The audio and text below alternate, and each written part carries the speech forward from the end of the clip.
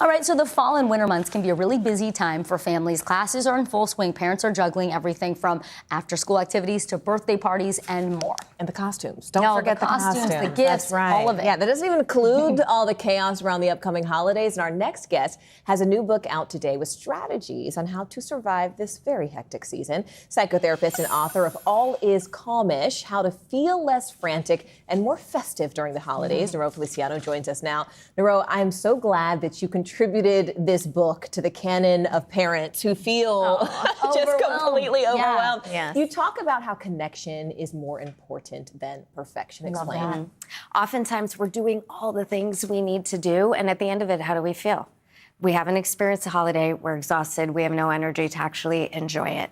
So years ago, and I have 4 kids, I decided, I want to enjoy this. I want to experience my kids. So focusing on connection over perfection, saying no to things that drain me, choosing moments to really be present for, and just spending the time with the kids made a big difference. I know the feeling, and I'm glad you've put this out. We were just talking about this in the makeup room this morning. The elf on the shelf, kind of like all the trappings around the holidays that people get involved in that you as a parent might not have the energy or the time, frankly, for.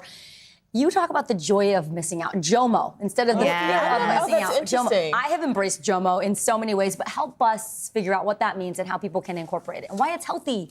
I feel like that is definitely an easier thing as you're in your late 40s, too. Like, you're like, please don't invite me to things. Yes. But, it's because our energy and time is a limited resource. So if we're looking at where do we want to invest that, what are the most important things to us, what do we want to remember at the end of the season, then it's easier to say the no to the things we know they're not that important. It may be a good thing, but at the end of it, if I'm not going to have the energy for the best things, then it's easier to say no, and then you can joyfully miss out.